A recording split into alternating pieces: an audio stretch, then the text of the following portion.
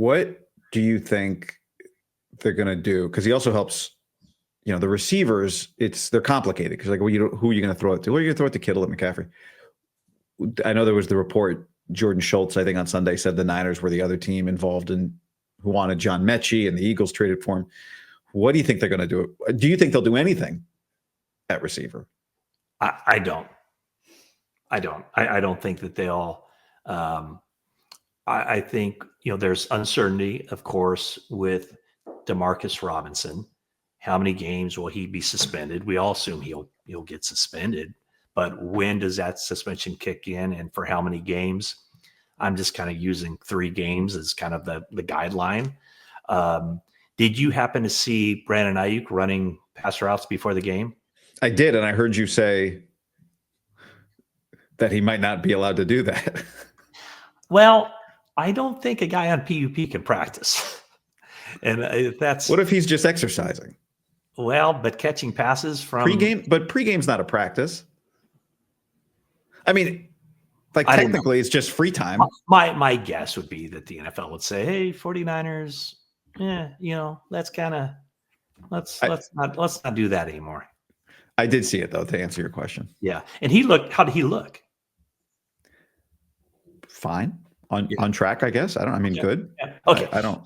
So when you think about Robinson will be available some point early in the season.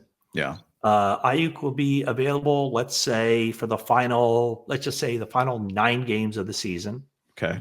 You already have Jennings and Pearsall, Cowing, and what Watkins, yeah.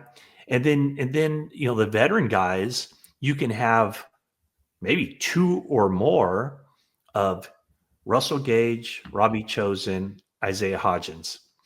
And you can bump those guys up from the practice squad, for I think 2 games a piece. I think they get by with what they have, because if you bring in a guy like Amari Cooper, and you're going to have to pay him whatever Amari Cooper wants to get paid to sign him, later in the season, let's just say for the final 10 games of the year, where does Amari Cooper fit in? Is he going to get playing time over Aiyuk? No. Is he going to get playing time over Jennings, a healthy Jennings, assuming he's healthy? No. Will he get playing time over Pearsall? No. And then is Robinson ahead of him on the depth chart as well? Maybe. So I don't know. That's what do you think? No, it makes a lot of sense. I think it's easy to say you need to insulate that room, but it costs money to do it.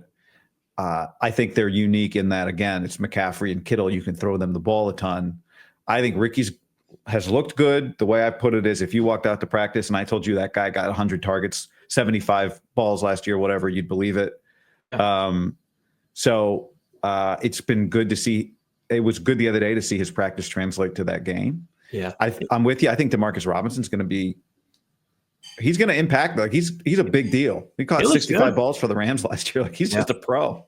And then the other thing is, when you think about the eligibles, I think there will be a lot of passing downs, a lot of 3rd and 8s, where the 49ers basically have 6 offensive linemen on the field. With Luke Farrell coming in as a second tight end, and he's in there solely for pass protection. So they'll have 6-man max protect, and so 6-man the quarterback. So that leaves 4 eligibles. So do you really need another wide receiver when your 4 eligibles are going to be McCaffrey, Kittle, and then just 2 wide receivers? And are you optimistic? Preseasons are filled with, oh, did you see that play from Danny Gray? Oh, did you see that catch from Ronnie Bell? You've seen it now. The guys who immediately impact, it's a short list, receivers who immediately impact year 1 for a Kyle Shanahan offense. Aiyuk's on it. Yeah, but you know what? You find out later that he's on it for necessity. He made a lot of mistakes that drove Kyle Shanahan crazy his rookie year. And then we saw it at the beginning of year 2 when, remember, he got in the doghouse or whatever that was. So he was on it by necessity. Do you think Jordan Watkins is above or below that line of impact receivers this year? He's right on that line, because so he has a chance. He has a chance. Absolutely. The thing that we don't find out about until later, and this is the behind the scenes stuff, is that, he comes out, and on that first drive against the Broncos' #1 defense, he catches that pass, goes up and makes the catch on their starting nickel, and stays on his feet, and then gets tackled 50 yards down the field by Talanoa Hufanga. So, myself included, whoa, that's the play of the game. That shows you that Jordan Watkins is the guy. He's ready to make an impact. And then a short time later, he has a false start, and then he completely runs the wrong pattern, and it leads to an interception.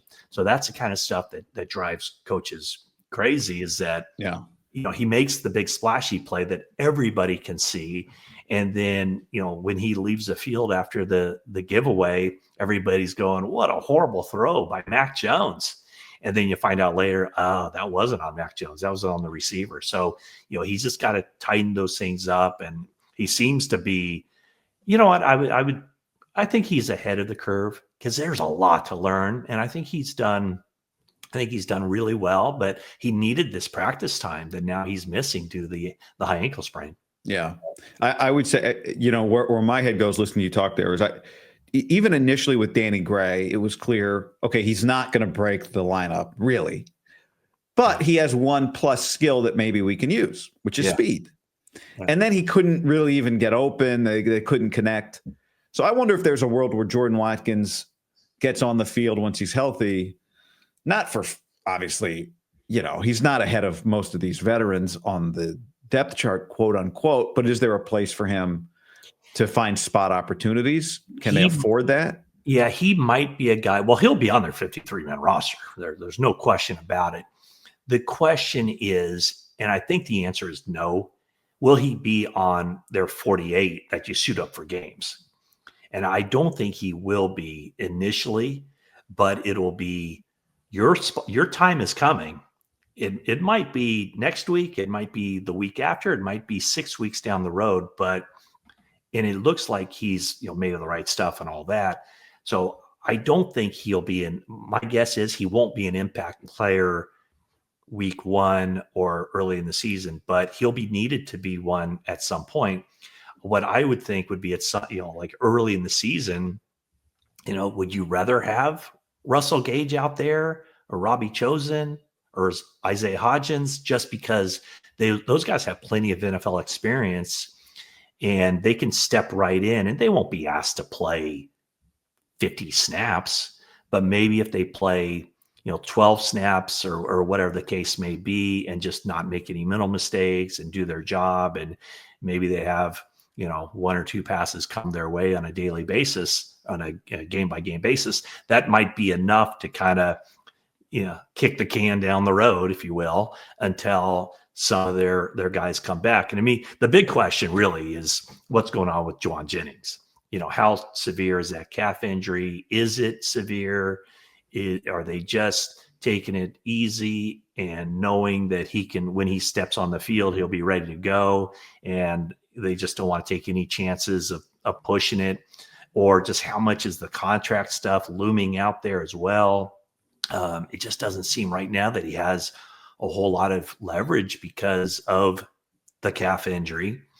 And, he's under contract for this year too. Yeah. And I heard Kawakami say the other day, neither side has leverage. And I think I think both sides need the other, right, to a point.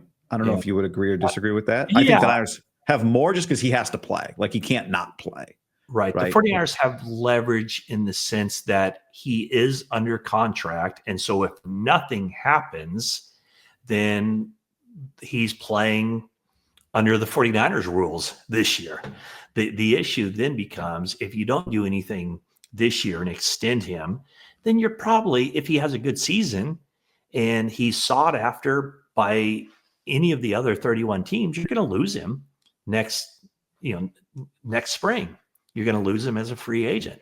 unless, 49ers then come to the table. But then if you come to the table next year with a big contract, then people will be asking, why didn't you just extend him before last season for a price that's not as much as what you'd have to pay him in the spring of 2026?